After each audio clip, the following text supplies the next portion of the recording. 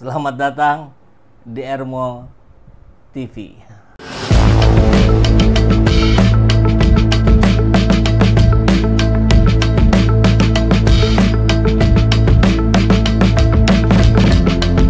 Bersama saya, Saiful Zaman, kebaikan yang terorganisir akan selalu mengalahkan kejahatan.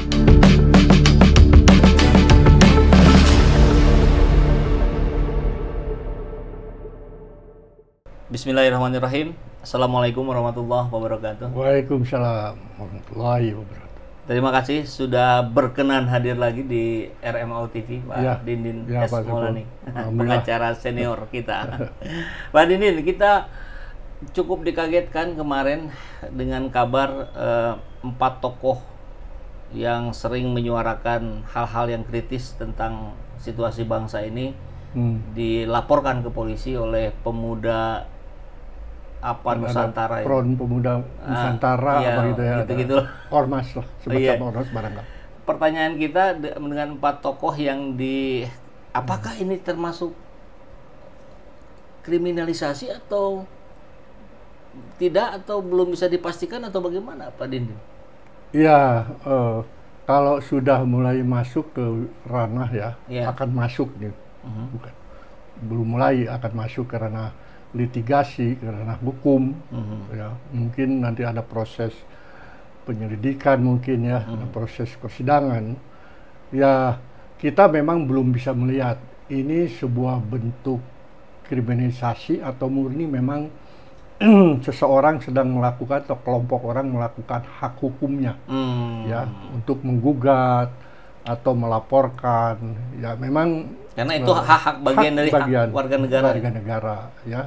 Oke. Itu. Hanya memang nanti juga kemungkinan akan ada persoalan-persoalan ya di konteks hukum acaranya nanti.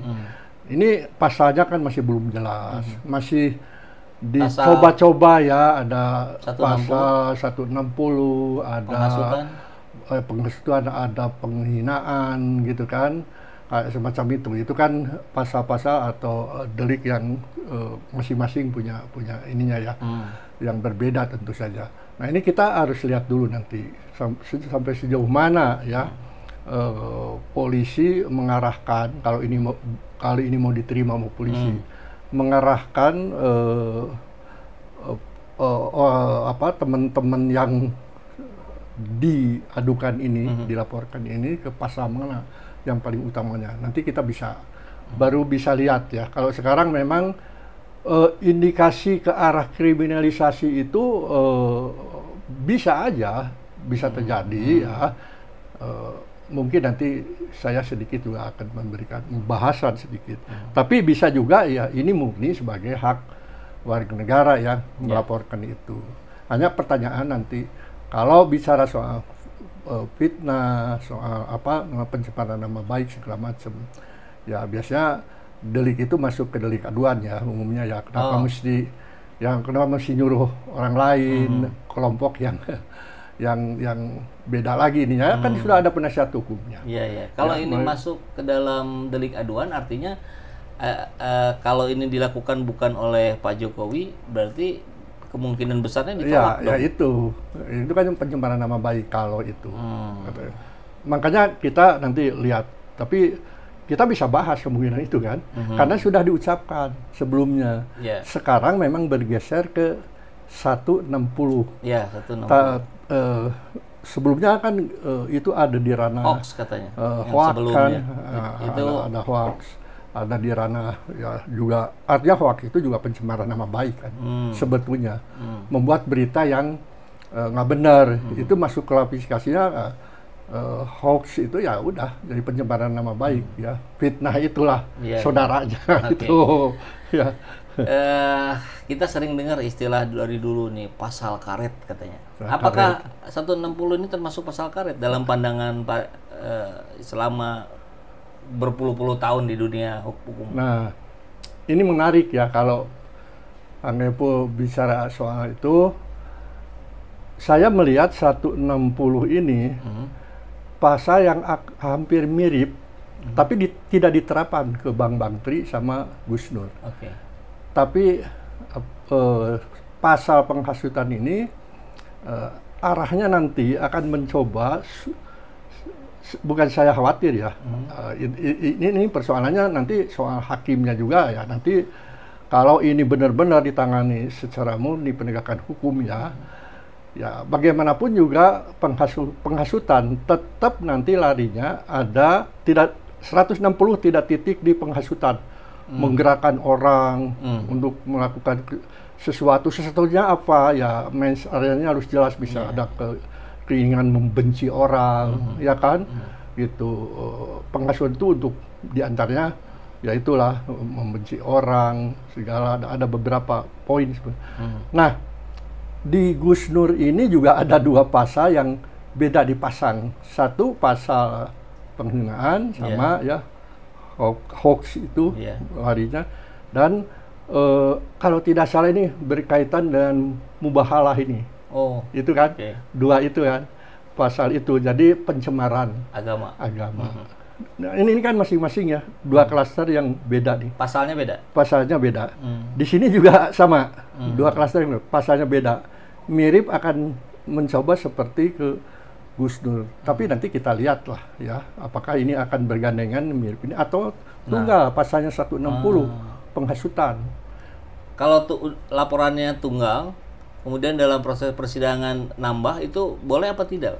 Oh, nggak bisa. Boleh. Dari persidangan ya, itu kan dakwaan jaksa, itu wilayah kewenangan jaksa. Jadi di tengah jalan ya nggak bisa di ini. Jadi jaksa kalau menuntut itu ya masuk ke pengadilan sudah P21 sudah jelas pasalnya apa. Tapi mudah-mudahan benar, ini ingetan saya, seingat saya yang tempo hari Gus Nur dan Bambang Tri itu dituduhkan dengan pasal hoax. Tapi itu tidak terbukti, malah bergeser menjadi undang-undang ITE.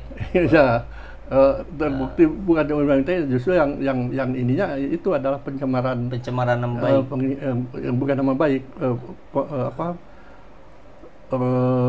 yang terkait dengan mubahalah itu yang kenanya justru. Yang hoaxnya justru di tingkat pengadilan tinggi ya, Mahkamah Agung itu tidak terbukti. Nah, artinya berarti itu pasalnya bergeser atau tetap hanya ininya saja yang berbeda? Kan tadi yang hoax pasalnya tetap ada, cuma itu bisa 2 pasal bisa diterapkan dalam satu dakwaan kan, bisa diungtokon, bisa primer subsidiar, bisa mana aja nanti yang kena gitu kan, seolah-olah seperti gitu, bahkan bisa aja sampai 3 gitu, satu kan seperti itu bisa aja, bisa aja. Dan hari ini kalau kita melihat reaksi dari laporan itu luar biasa juga. Kalau lihat di beberapa grup WhatsApp yang beredar tuh, pagi hari saya dengar ada sejumlah pengacara, aktivis hukum, dan tokoh masyarakat yang bergabung untuk mendukung 4 tokoh ini. Ada 50-an. Siang saya lihat 80-an. Sore barusan sudah lebih dari 90. Ini kayaknya malam pasti lewat dari 100 ini. Ya nama ya. Nah, apa fungsi dari kumpulan tokoh-tokoh ini untuk 4 tokoh yang sedang diadukan ke polisi, Pak? Dalam konteks ya, mungkin Ibu begini ya, biasanya ketika ada satu kasus, ya biasa kasus itu agak sedikit banyak bernuansa politis ya. Itu biasanya banyak yang ingin tampil untuk mendukung, dalam pengertian mendampingi lah dalam ini ya. Ya. Kaitannya itu tentu dengan kesepahaman, ya, kesepahaman dari mereka-mereka yang siap untuk membantu. Ya kan suka ada 10, 20 sampai 100 gitu kan. Itu lebih kepada guilty feeling mereka bahwa apa yang diperjuangkan keempat tokoh ini adalah perjuangan kami juga.